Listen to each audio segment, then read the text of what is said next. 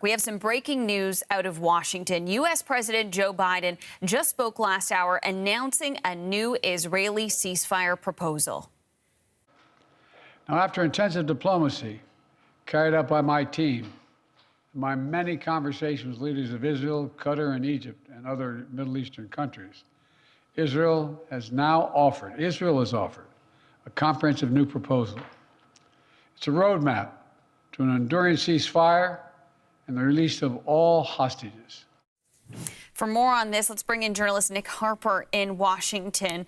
So, Nick, what do we know about this proposal from Israel? I mean, he outlined the three phases there, and it sounds like it would happen over quite a period of time. What more can you tell us?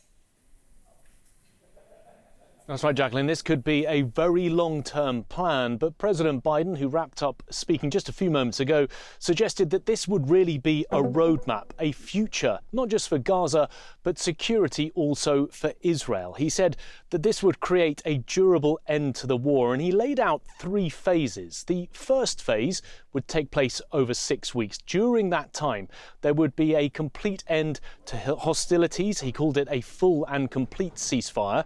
There would be the withdrawal of Israeli troops from Gaza and the return of female hostages and any children who were being held as well. He said that during that time, that 6-week period of time, Palestinians would be able to return to their homes, even to the northern part of Gaza, where the assault first took place just after that October 7th attack by Hamas. And he also said that humanitarian assistance would surge. There would be 600 aid trucks entering Gaza every single day. Also, during that 6-week period, the two sides, Hamas and Israel, would discuss the next phase of the plan, and that looks at a permanent end to hostilities between both sides. And then they would move on to the third phase of the plan. President Biden didn't suggest how long this would take, but potentially years and years, and that is the major reconstruction plan for Gaza, something that he said the United States and partners would help with to help rebuild what has been destroyed in Gaza over the past 7 or 8 months. He made a direct plea to the people of Israel. He said that this was an opportunity that could not be missed. He asked them, he said, to take a step back. And he also warned that he knew there would be people in Israel who would not agree with this plan. He said that some Israelis want to keep fighting for years and years. There seemed to be a suggestion in that, some inherent criticism of that operation that's currently taking place in Rafah. The Israeli military just hours ago saying that they are now in the centre of Rafah. Of course, that goes against the international pressure from the likes of the United States, who for weeks have been telling Israel not to carry out a ground offensive in Rafah because of the hundreds of thousands of Palestinian civilians who are sheltering there, who've been forced from other parts of Gaza into that southern city in the Gaza Strip.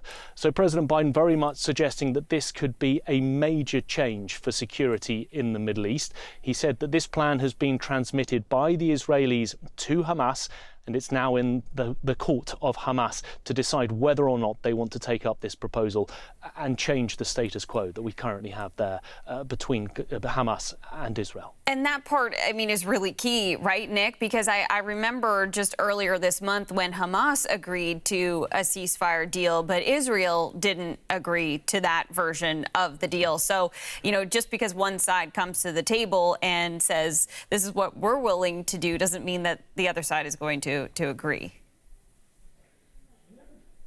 Well, absolutely. And we have seen this shuttle diplomacy taking place for many months now, with offers, counter-offers being put on the table, and neither side quite coming to a resolution. The hope is, from the American president, the way that he was speaking, that Hamas will take up this offer and really will be able to change the calculation there. But of course, there could be something within this proposal that Hamas simply says they will not agree to and they want to change. And I think part of President Biden's messaging there was not just to Hamas, Hamas, but also to the hardliners in Israel who may stand in opposition to all of this. They may want to, as President Biden suggested, continue the fight. However, President Biden did say that he did not feel that Hamas would ever be able to carry out an October 7th style attack again, that quite simply their fighting base had been degraded so significantly during the course of this campaign that they wouldn't be able to mount an operation of that kind as we saw last October. Nick, really appreciate you joining us on this. That's journalist Nick Harper in Washington.